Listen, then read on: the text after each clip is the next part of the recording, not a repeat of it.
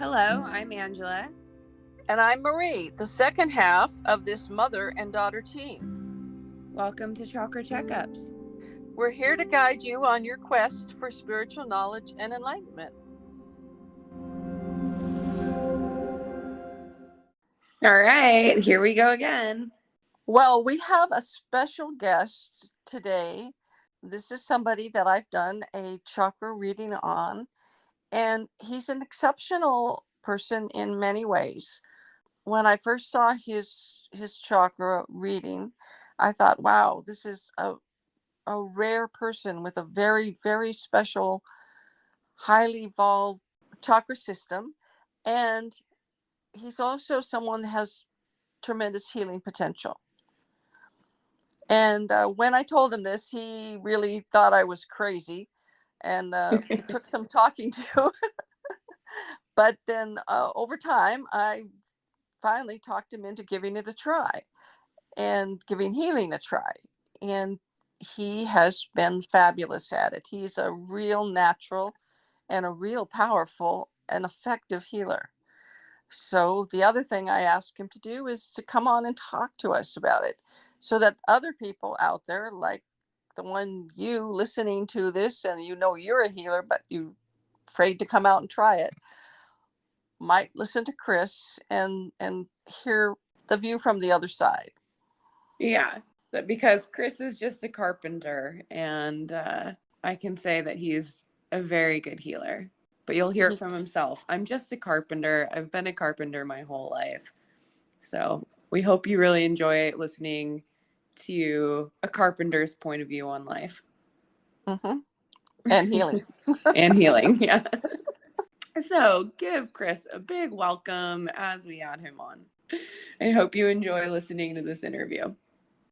Okay. Hi, welcome. I'm here. That's good.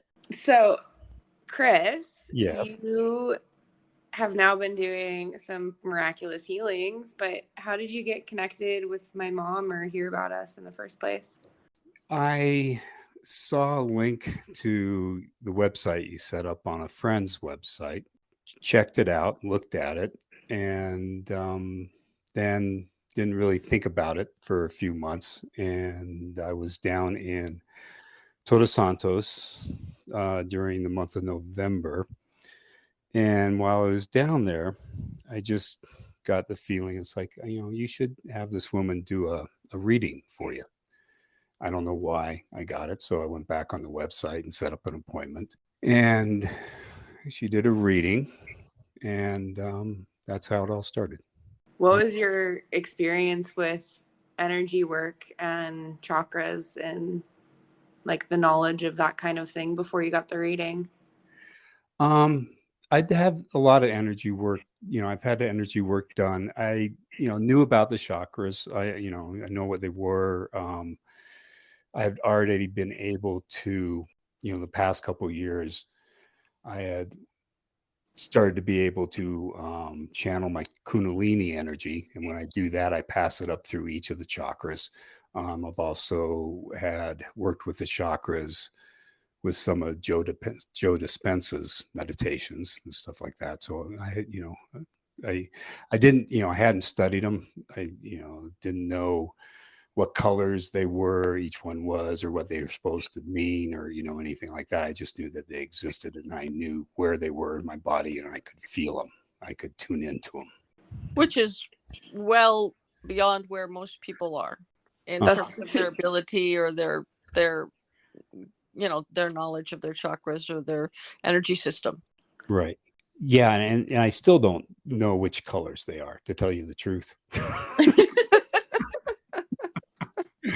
I don't, it doesn't make any difference to me in what I've been doing and in my practice and my own self-healing and in, moving my energy around, it's not important. It's not something that I need to know. My intellect often gets in my way. I'm happy to leave it out of the picture. I can understand that. Yeah. So what did you find most helpful hearing about from the reading, and what's changed since then? Oh, a lot.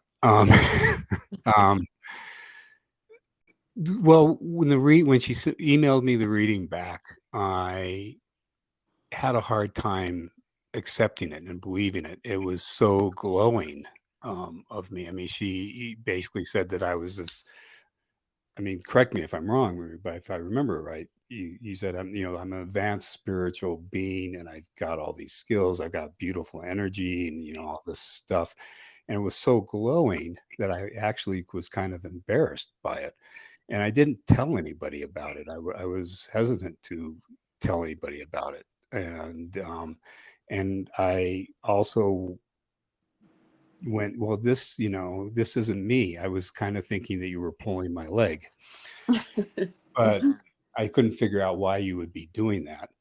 And also, you asked me, after when we were talking after the reading, you asked me if I could go into a certain state. I don't remember what you called it, and I asked you what it was, and she said, "Well, that's a meditative state where you basically stop breathing."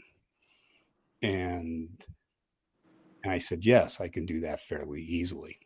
And that kind of gave some authenticity to the whole thing. Yeah, and it also gave me I've been suffering for the last couple of years with what Western medicine calls an autoimmune disease. And it's basically systemic inflammation. And was getting better, but it was still hanging around. And I was getting very frustrated with it because I was trying to learn how to surf, and it was really affecting my ability to even get close to trying to do a pop-up. And Marie gave me some suggestions on how to do a self-healing, and the reading that she gave me and the way that she presented this stuff actually gave me the confidence that I could actually do it myself.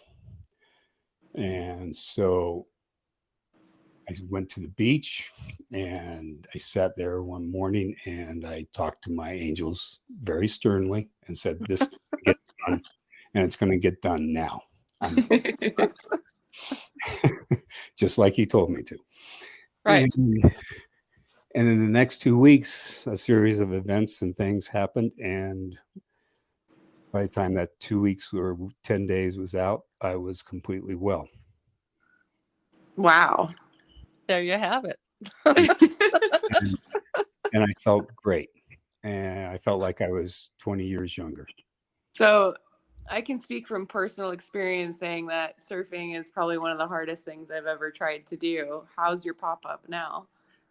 I still haven't. I've been coming down there I've been down there 3 times now trying to learn how to surf. I still wouldn't say that I've actually surfed a wave. I mean, I've stood up on a board, and I've kind of, done, but to actually be on a wave for any length of time and actually surf, I don't think I've done that yet. Yeah. So, yeah, it's incredibly hard to learn, but I got addicted the first time I did it. First time I was in the water, I got addicted. So you mentioned that I asked you, had you ever been in a breathless state?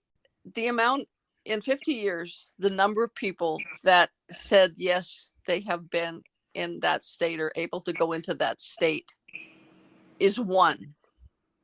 Really? You're the only one. Can you give us more details on what that state that you're talking about is? Well, I don't really, I mean, so I first experienced it, I was working with Joe Dispenza's stuff. I've been experiencing various forms of intense body pain for the last 20 years. I've been a carpenter my whole life. I grew up skiing, playing football, tennis, very athletic. And, my joints, by the time I was in my early 40s, my knees, my hips, and my body were just pain. It was just pain all the time. And so I was working with Joe's Dispenza stuff and his meditations, trying to manifest, trying to do the healing on myself. And during those meditations, they're all about 45, 50 minutes long. And during those meditations, his guided meditations, I would find all of a sudden I realized that I hadn't been breathing for a while. And I would say to myself, well, no, you've got to be breathing. And I would notice my body, and it's like, no, you're not breathing. And you haven't been breathing for about 10 minutes. So that's kind of how I learned to go in. I don't know. I just started, it just happened. Mm-hmm. And then after, I kind of gave all that up and I realized, I found that I could drop into that fairly quickly, like within a minute. Wow. And I can still do it. I don't always do it. A lot of times I don't want to do it. I don't know why I don't want to do it, but yeah, I can drop into that state really pretty quickly. And I don't know what it is. I don't know. I just know that when I'm there, I feel like I'm just energy within energy. Mm-hmm. It's considered to be the highest state of being that you can achieve while being completely conscious. And what it is, it's you move, and the movement is pretty quickly from breathing to pulsing from your heart energy. It's just, from my experience, it's just kind of a whoof, whoof, whoof. Your heart energy is pulsing and your breathing is stopped. And people, when they hear that, I think they think it's going to be a struggle, or like you're holding your breath, but it's nothing like that. It's just, like No, you said, you may not even notice that you're not breathing. right. Yeah. And I don't really feel the heart thing. I'm just still. There's just stillness. Mm-hmm. That's it. There's a lot of stillness. Yeah. I mean, if you can have a lot of stillness is probably just stillness. It's probably not quantifiable. So. And it's a very, very rare that people just achieve that. It's one of the things that people sit in caves or whatever and meditate forever to try to achieve, and sometimes 20, 30 years and never achieve. Yeah. And that's why this whole thing is so bizarre to me. I mean, all of this, everything that's, happened since I got that reading, and that I'm doing healing work right now. Last thing in the world I would have ever envisioned myself doing. I mean, I'm a carpenter. I'm not a healer. I'm a carpenter, Well, I can definitely contradict you on that, because I rarely feel the energy when my mom does healings on me, but I know that we gave my name over to you to do a healing, and I didn't know when you were going to do it. And when I woke up one morning, I could definitely feel like a lot of energy releasing in the tension of my upper back and shoulders, that I just have a lot of tension there. Right. And felt it, and I was like, oh, wow, that feels great. But I didn't know that you were doing the healing. And then it wasn't until later, it was like, my mom had said, oh, Chris did a healing on you this morning. Did you feel it? And I was like, oh, well, that makes so much sense. I totally did feel that one. So. Right. Yeah. And that's good stuff for me to hear, because, I still have this part of me, which I'm starting to understand a little bit better as I go through this, but that still wants to not believe any of this, and not believe that, that I'm actually doing this, and I'm helping people, that I'm able to do this. And it's a belief in my, not being worthy. It's a sense of unworthiness and shame. And it's something that I'm realizing that I am delving into it and looking at it more in depth, and because it's time for it to go away. Well, probably none of us are worthy of that, but then again, we're just channeling from the angels. So, Right. we're extension cords, so you don't have to worry about that so much. Okay, good. So just stop taking it personally. Yes. Yeah. Not personal. That's nothing to do. Okay. That's much easier. It takes the ego out of it. It's not personal. You're just plugged in. That's right. They just chose you. They said, okay, let me see. Who out there can do a breathless state? Oh, he can. He'd be a good healer. Right. Let's grab him. Yeah. Okay. I need to remember. That's going to be helpful. If I need to keep that in mind. That's going to be helpful. Mm-hmm. Because I am, there is, I'm having, there's ego coming up around this stuff too. and that's getting in my way. You may not think you're worthy, but then you did put in a lot of years of a certain amount of light work. It might not have been what you might not have been doing it for that reason, but you still put in the hours, were generating a certain amount of light that adds up, like putting money in the bank. And Yes, I have. Yeah. and you got to a certain point. Right. Yep. And that's something that people sometimes, they want to be a healer, but they haven't done anything like that, and they struggle, and that's exactly why they're struggling. But they haven't put in any time to get there. Uh-huh. It's not like you can just say, okay, well, yesterday I'm a carpenter and now today I'm going to do this. You have to put something else in there, and you did. Right. For years. Yeah, and especially the last 3 years. Mm-hmm. The last 3 years have been very intense and very hard, and I dove into it all head first, and went after it and did the work, and yeah, it's really changed me. And when I looked at your chakra system, also in the last few, maybe 50 or 100 lifetimes, also, because you have a very sophisticated, very powerful, and very beautiful chakra system, and you don't get that in a minute either. So it's not just the last 3 years; it's the last 50 lifetimes. Yeah, something like that. Okay, good. That's good to know as well. So pounding nails and drinking beer didn't do it. But Chris is somebody that was having difficulty with your health, right? And part of the reason I wanted you to do this was to improve your health. Right. Yep. And yeah, can you share a little bit what was going on before you were doing healings? Well, okay, so I told you that, self-healing that I did when I was down in Todos Santos. Uh-huh. And soon after that, this was early December, I all of a sudden realized that it was time to go home and ski. And so I left there, came home, and I backcountry ski. I've skied since I was 5 years old, and backcountry ski now, and I love it. And I hadn't been able to do it for 3 years because of pain in my knees, and then the systemic inflammation when the systemic inflammation first started, it basically rendered me incapable of taking care of myself. It was all I could do to take care of my basic needs of, I could barely get in my car. I could barely lift up a pan, to cook. And I felt great. I came home and it was a wonderful winter. We got a lot of snow, and I skied and I skied and I skied, and I felt great. There was no pain in my body. It was the first time in 20 years where I didn't have pain in my body. And I was joyous and happy, and I was getting back into shape, and I was getting strong. It just felt great. And then in March, it came back, not as severe, but it did come back. And it was at the beginning of making the decision to do some shadow transformation work.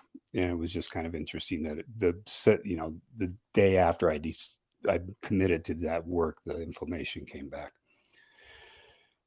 And a little while later, I contacted Marie again to have her just take a look at my chakras and my system to see what was going on, to see how things look, just to get some advice on the inflammation.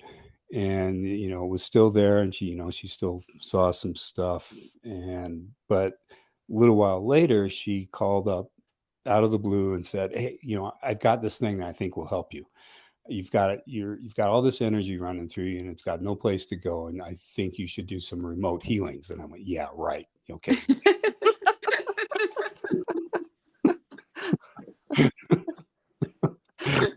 And what the hell, but anyway, I said, okay, sure, why not? And she showed me how to do it and gave me a couple names, and I tried it, and apparently I could do it. I worked. And then I kind of energetically got messed up for a while, and I wasn't in a place where I could even begin to make it, settle my nervous system down to where I could do this. So I dropped it for a couple months, and then I finally called her up and said, okay, I'm ready to do it again. And she gave me some more names.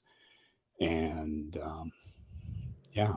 And so this is what I'm, so I'm trying to do it, and I'm trying to learn, and I'm trying to figure out what's happening when I do it. I don't really know anything about how I'm doing it or how it works or what I'm, it just happens. That's the perfect answer for a real healer. I really don't know anything. I'm just doing it. It's the ones that say they know exactly what they're doing I worry about. I'm never exactly sure why it's working or why it doesn't work, but that's the way it is. Yeah, and I'm trying not to, analyze it. I'm trying not to figure it out. I'm just trying to let it be, and all the other weird stuff that's happening to me while, since I've started doing this. I'm trying not to figure that out either. So, well, the word weird comes from it meant, the weirding ways had to do with herbalists and midwives and things. I think the root came from Ireland. Huh. But yes, you are weird. You are getting weird. You're now Abby normal. That's right. Yeah, very, very much so. Yeah. But it's helping your inflammation, right? It is. Well, I think the work that you've been doing with me, the last few days or the last week, the toning thing, has been helping a lot. Well, that's a new thing I'm trying. So, it's kind of going round and round. We're going back and forth here. Right. The thing with Chris is that he is like, to me, I look at him as energy, and it was like looking at a Ferrari that nobody was driving. It just all this energy and all this light, and he had all this inflammation, and I just thought, wow, if this was moving around, how could you not feel better? Mm. Right. And if it's just sitting there, then people that have a huge amount of light and a little bit of resistance in their chakra system, it just like bangs against each other. Okay. No, it's like having a cat in a box, it just wants to get out and go somewhere, and it doesn't work. And I thought, well, if I could get this guy to do some healing, he would be really, really good at it, and it probably would make him feel a lot better. And he is really good at it. And it's making me feel a lot weirder. A lot better, but a lot weirder. Or exactly who you are. Exactly. Yeah. So. Well, it's just that tricky place of adapting to being spending so much time interdimensional. Yeah, when I find myself, like I told you about, the state where I was, I was up by the creek in the mountains just hanging out, and all of a sudden I just perceived myself as a bundle of energy amongst a bunch of other bundles of energy and flowing energy, and had the realization that I didn't have to be here. I could be anywhere I wanted to be. And I didn't know what to do with that, but it felt true. It felt real. Mm-hmm. And experiencing those kind of states more and more often. And even when I'm in the material world and in my mind, instead of, in my body or in my spirit, I still just my body, my energy, my system just feels different. It feels a little unhinged. It feels a little dizzy in a way. Mm-hmm. And it just feels things are changing. How I exist in the world, or how my being is present, is changing. Mm-hmm. and it's interesting, and it's weird. And again, how many people have I ever talked to that can go into that state? That's a very short list. Right. It's a very short list. Yeah. But it is achievable. Right. Yeah. And So that's just achieved through lifetimes of spiritual work, meditation, concentration, ability to concentrate. I think that has a lot to do with it. I think Chris has probably very good focus. You were probably a very good carpenter. I was the best. When you were, I hate to say it, but I would be willing to bet when you were working on your carpentry, wasn't your focus very single focused, like just focusing on what you were doing? It would depend, and the carpentry was interesting. I got out of college. Academia was really easy for me, and I thought I called myself an intellectual idiot when I got out of college, and I became a carpenter. And I started to learn through my body instead of learning through my intellect. And one of the things that I learned is that how the work was going, if it was flowing, and if it was, if the joints were good, if it, everything was working right, then I was centered. I was in a certain spot. But when things started to go wrong, when I got frustrated, when I'd hit my, thumb with the hammer instead of the nail, it's because I was getting out of sync. It's because I was starting to get down on my, the physical was a reflection of the spiritual and the mental. And I learned through that. I would watch that. I would watch how I was standing, my posture, how things were going, how I was moving, how easy, how uneasy, how hard, how frustrated, and it showed, it was a doorway to my internal world. So, no, I mean, at times my focus was horrible and my work was horrible. And other times my focus was good and everything flowed and everything was easy. And I also found out that good work isn't about precision joints and the things that most people think, It's about the feeling that gets into the work. It's about the feelings, your energy as you're creating something, as you're building a house. My energy would get put into that house.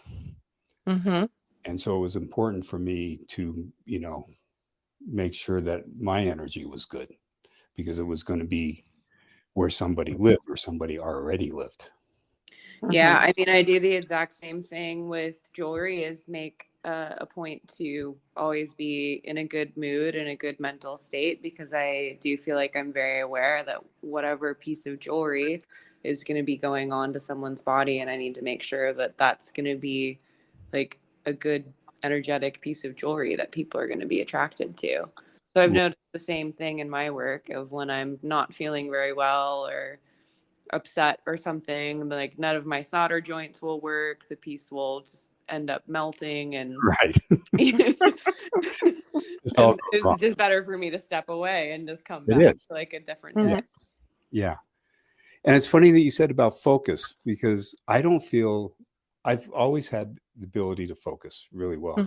But in the last 3 years, I felt that my focus is just gone, that I have no focus whatsoever. I probably still have fairly good focus compared to other people, but compared to what I used to have, so I can't really meditate much. I mean, a 5-minute meditation is a long meditation for me, because I don't have the focus. I don't, my nervous system just got trashed 3 years ago, and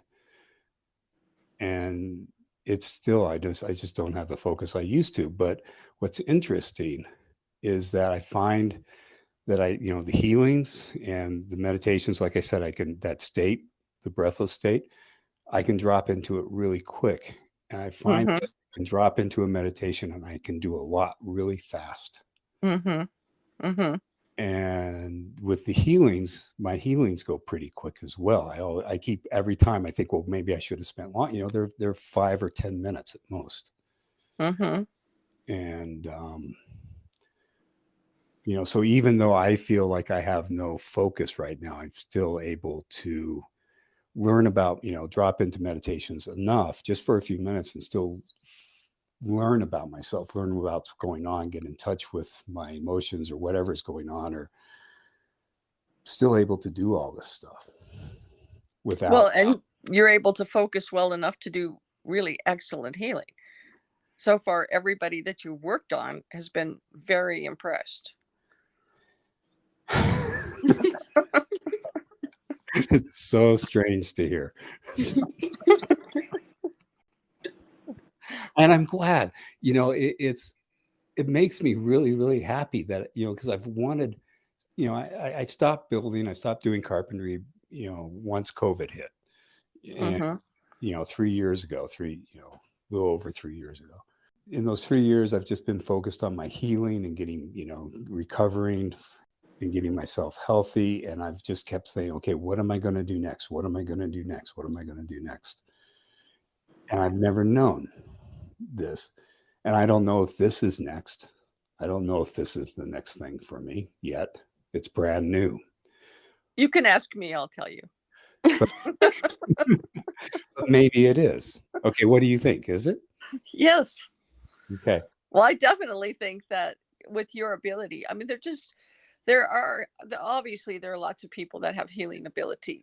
Not many of them are using it, and not many of them, very few, seem to have the ability that you have, especially since you've been only doing this for what, weeks? Yeah. Weeks. I mean, a handful of people. Yeah, weeks. And you're doing healing at a level that most people that have been healing for 20 years don't have. So to not be doing it would be just really tragic. Yeah. So, okay. Well, yeah, I'm not planning on stopping. So That's good. it's what's there. It's what's in front of me. And I'm going to keep moving into it and keep doing it.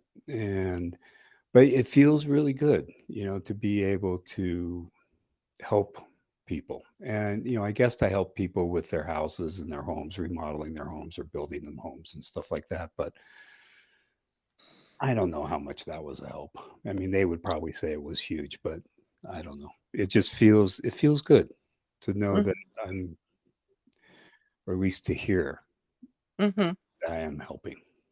Mm-hmm. As my mom would say, you're, I don't know, fulfilling your destiny in a way. This is what some of the skills that you have available to you, and now you're using them. Right. Yeah. It's just interesting that it took so long to get here.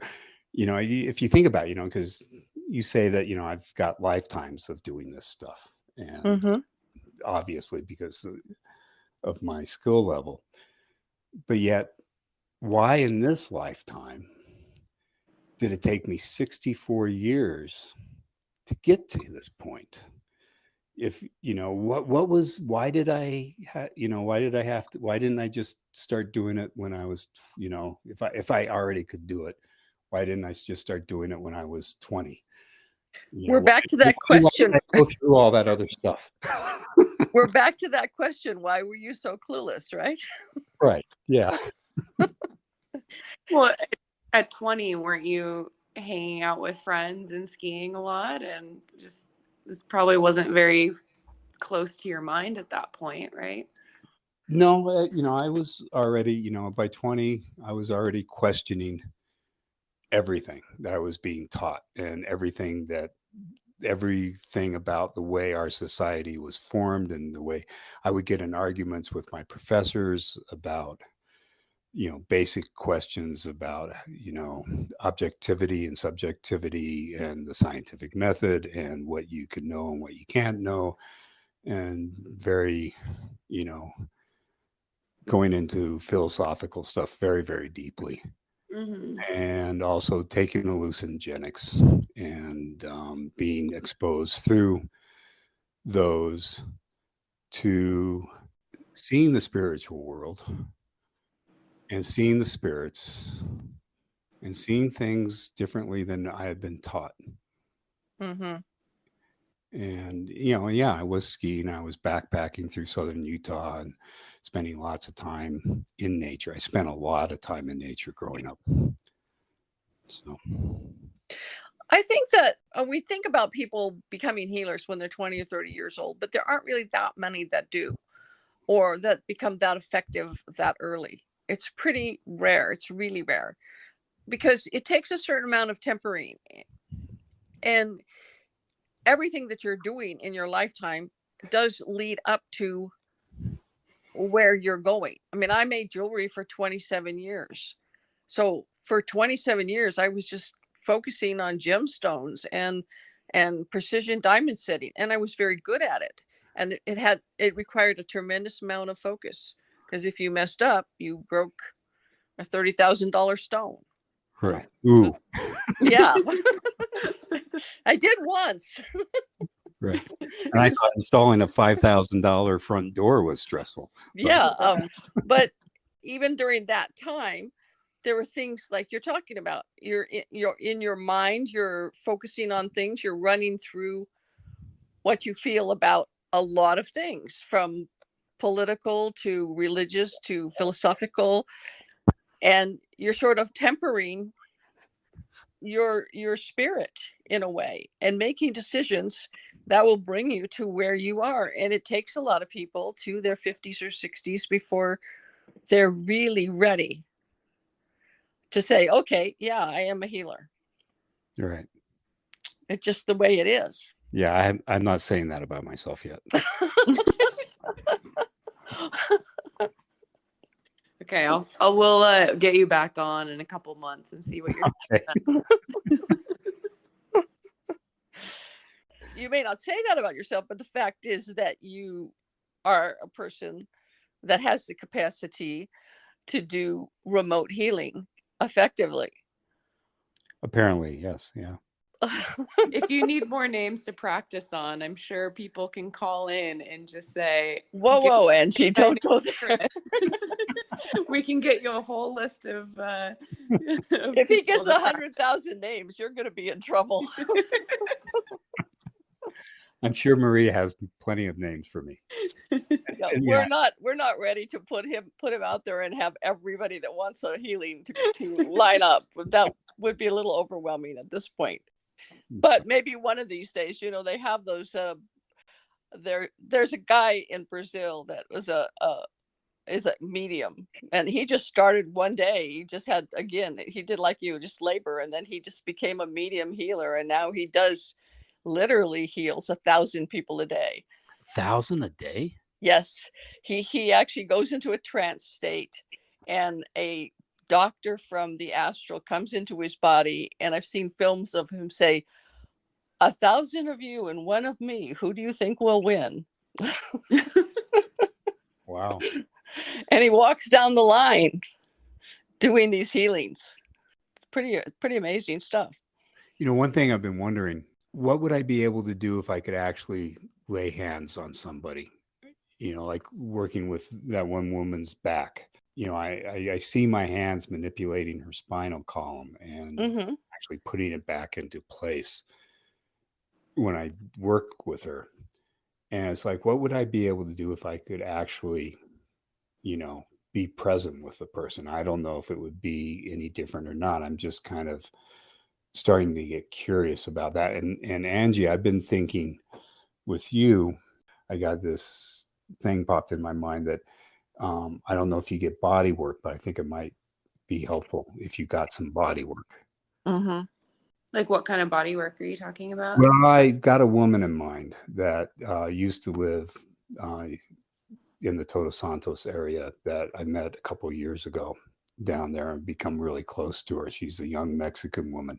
She's now in La Paz, and she's this incredible woman. And for some reason it was like, Angie needs body work from Lillian.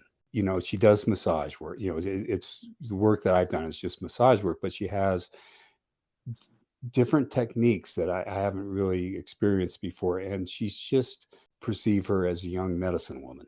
And she doesn't know it yet, but she is.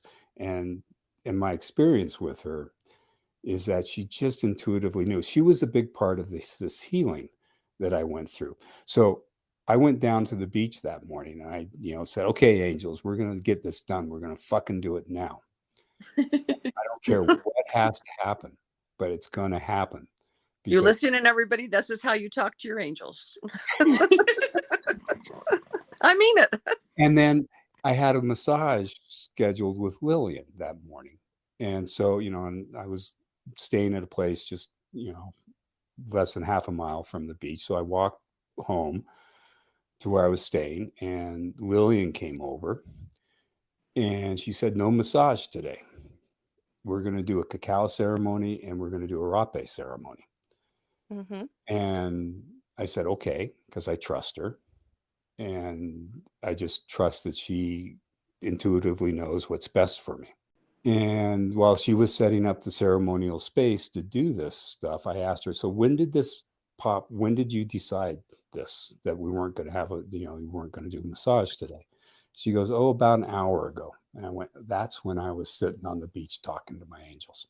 And I think that ceremony and the rape were also a big part of what enabled my healing to happen.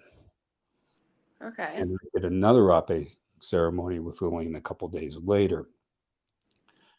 And so she picked up on all this and she knew intuitively what to do to make this happen. So here's what I think would happen for you, Chris. If you were in a hands-on situation, and maybe if you come to Todos Santos at the end of the year, we can set up some healing circles and we can see what happens. But in my experience with my healing, there have been times when I just had a deep desire to help this particular person I was working on. And also I was just in a focus, but like kind of a relaxed, trusting state, you know, not worried about it or thinking about it per se. And your whole body can go kind of into a sort of an automatic healer sort of phase. And when that happens, I've had very interesting things happen. I've had my hand get really small and like sink right into someone's abdomen and was able to correct something that I could see psychically, like they do in the Philippines. That only happened to me once. I have had a couple times where I just put my hand on something and I don't know, zoom, something happened. Energy went in a way that totally healed what was going on. And I think that if you were in the place of that, you might feel like, oh yeah, I'm going to put my hand on the shoulder here and on the hip here, and you would have dynamic results. I had one lady, I remember thinking, I really need to grab her foot and her shoulder, and about, I don't know, 150 entities just went pouring out of her and through me and into the floor. And after that, her life changed dramatically, almost instantly. So there are things like that can happen in a healing circle that I'd be willing to bet almost any amount of money would happen to you. That'd be interesting. It's interesting. And you just kind of go with the flow. Right. Yeah. You just were feeling it, not thinking so much about it, and just. Right. Yeah. No, the mind's got to go get out of the way. Yeah. Just go with it. Because again, you're channeling with the angels, and when you're relaxed, then they say, oh, do this, do that, stop now. Right. Put your hand here. Yeah. And that's, you know, I mean, I'm not a trained massage therapist, but I've given, you know, my partners in life and people massages in life. And that's exactly what I do. I get my mind out of the way and I just do what comes to me.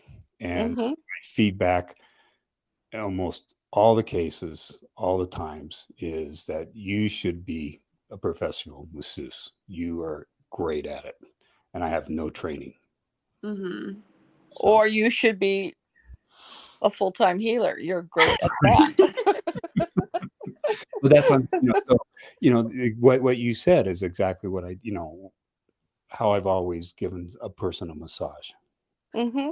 So it sounds like you already have experience with what would happen if I do hands-on healing. Yeah, and that's why I'm curious about it, because Mm-hmm. because of that feedback that I've gotten in my life. Mm-hmm.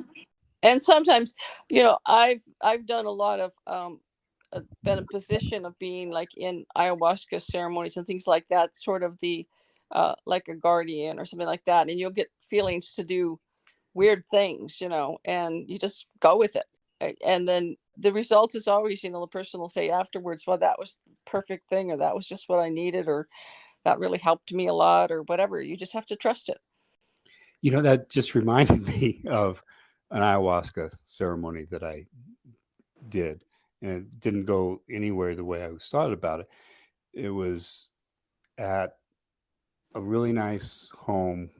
I was living in the guest cottage. It was a big property, 20-acre property. I was living in the guest cottage, and I moved in there before I actually was there before the new owners were, and the new owners were people that did ayahuasca ceremonies.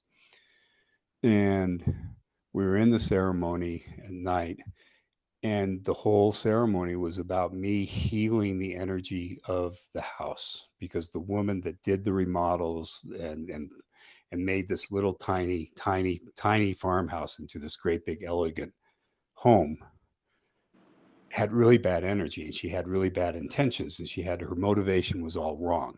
Her motivation was ego.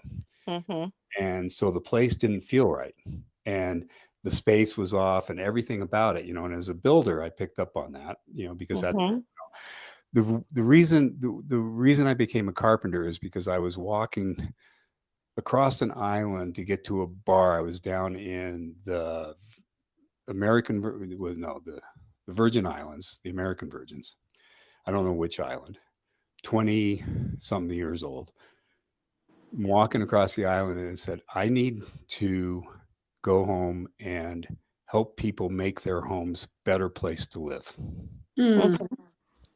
That's how the idea of becoming a carpenter came to me. Mm-hmm. Basically healing buildings. Mm-hmm. So I guess I have been healing. I've been healing buildings my whole life. Which heals people. Mm-hmm. Right. Yeah. So I've been changing, and almost all the work, the first 15 years of my carpentry career, I was doing all remodel work. Mm-hmm. No new construction. And very cool. So that ceremony was all about getting rid of this woman's energy out of the house. And so it was kind of like dispelling an entity out of somebody's body. Mm-hmm. Her energy was still in the house, and that energy was not healthy, and it was wrong. And so I needed to rid this building of her. Mm-hmm. And it's just like, a couple of weeks ago when I was working with this one woman that you gave me the name of, and I knew something was wrong with her shoulder, but I couldn't figure out what. And you told me, well, that's where an entity is hanging out. And the next time I connected with her, I went to battle with that entity, and I ended up, it was more like, just kind of beating the shit out of it. But it's like, okay, you're done, and I ended up tearing it into pieces. And you later told me that, the entity was mostly gone, and it looked like somebody had torn it into a bunch of pieces. And that's exactly. Yeah, it did. I'd never seen that before. And it looked all shredded up. I kind of got in a fight with it. I mean, literally, I kind of got in a physical fight with it. It's like, okay, you're going to, and now that I think about it, I mean, this just reminded me that experience was very similar to the experience of the ayahuasca. I just have more questions. Sure. Go ahead. So, with this ayahuasca ceremony, what did you see, or when you felt like you were getting in a fight with this woman's energy? It wasn't so much getting in a fight with her energy at the time, but she was hanging. I felt her. She was kind of hovering up in the corner of this this room that we were in had really high ceilings, too high ceilings. It was uncomfortable for almost everybody. She was just kind of hovering. Her energy was just hovering up in the corner of this room, high up on the ceiling. And it's just that was her energy there. It was like a ghost almost. And big thought forms dominating the space. And it was just a matter of telling her, of continuing to tell her to go away. Go away. Wow. And so then did the room physically feel different to everybody after that? That wasn't the house that I lived in, but Mark and Carrie, I later asked them, without telling them what had happened. I later asked them if the place feels any different to them, and they said yes, it does. Nice. And then I told them what happened. That reminds me of I was in an ayahuasca ceremony in this person's house. She wanted to have a ceremony in her new house to kind of bless her house. And at some point in the ceremony, the angels told me to stand up, and they wanted to spin me. And I said, "You want me to spin?" They said, "No, we're going to spin you." And I started spinning, and I felt like I really felt like I was just standing still and they were spinning me. And apparently I was spinning for almost 45 minutes really fast. Wow. And people were saying that there was gold light like shooting off like a firework when you were spinning. I get dizzy and I didn't get tired. It was like I was watching it from sort of a still point while I was spinning and spinning and spinning. Cool. Just shooting gold light into every corner, huh? Yeah, in this house. Yeah. Just I mean, I usually get dizzy if I spin for like 3 spins, but I didn't. It wasn't like I wasn't doing it. It was just literally like the angels were spinning me. Right. You became a figure skater. You just were able to spin. Yeah. For quite a long time. Yeah. That's awesome. And it cleaned up the energy of the house. This is it's such wild stuff, and it just makes sense in a way. Well, when you talk about your history, you could see you've been doing things all along, just from a different perspective. And maybe it's just the vocabulary that's bothering you more than anything that you're doing. Well, that's what I mean, this has been really good for me, because I hadn't thought about that until I just said it, so I'm saying things that I hadn't thought about before. And, like the massage work and and the, remembering how the idea of becoming a carpenter came to me and all that. So yeah, it's great. This has been really helpful. Yeah, and next time you doubt yourself, you can come back and re-listen to yourself speak. Yeah, you'll have an episode, your own personal episode to listen to. Right, that's going to be an interesting experience. It'll be I'm not a healer. Wait, let me go back and re-listen to myself. Tell me how much I have been a healer my whole life. Right. Yeah. I've never done anything like this either. This will be the first time I've ever heard myself talk on a recording or something like this. So. Sometimes I go back, I listen to one, I go, wow, that sounded good. Was that me speaking?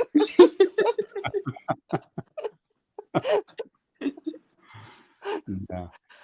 Well, the thing that you're going to find out fairly soon is that if you haven't already, and maybe you probably have had this experience also, it doesn't matter at some point. It doesn't matter whether or not you say you're a healer. You can go anywhere and people are going to spot you. I mean, I live in this tiny little town, and there's this even smaller little town, Langoy. We were there having coffee in this coffee shop that almost no one ever goes to. And I was sitting there for not like 3 minutes where this guy walks over, sits down and said, "My brother killed himself. Where do you think his spirit went? And what should I do about it?" When you got to be kidding me. Oh, that's great. And you're going to have that happening. Yeah. They're going to Okay. spot you on the street, and then they're going to Yeah. start coming up to you. Yeah. Well, I'm not going to doubt you anymore. So Even though you're hiding out in your tiny little town in Colorado, they'll still find you. that's right. Yeah. The word is out now. You put it out. Yeah, I am putting it out there. Well, I definitely want to thank you for putting yourself out there and joining us. Well, thank you for even asking me to do it. Yeah, and thank you for the healings as well. So Okay. Yes, thank you for everything you're doing. Yes. Okay. Well, and you as well. Okay. Thanks so much for joining us. Okay. Thank you.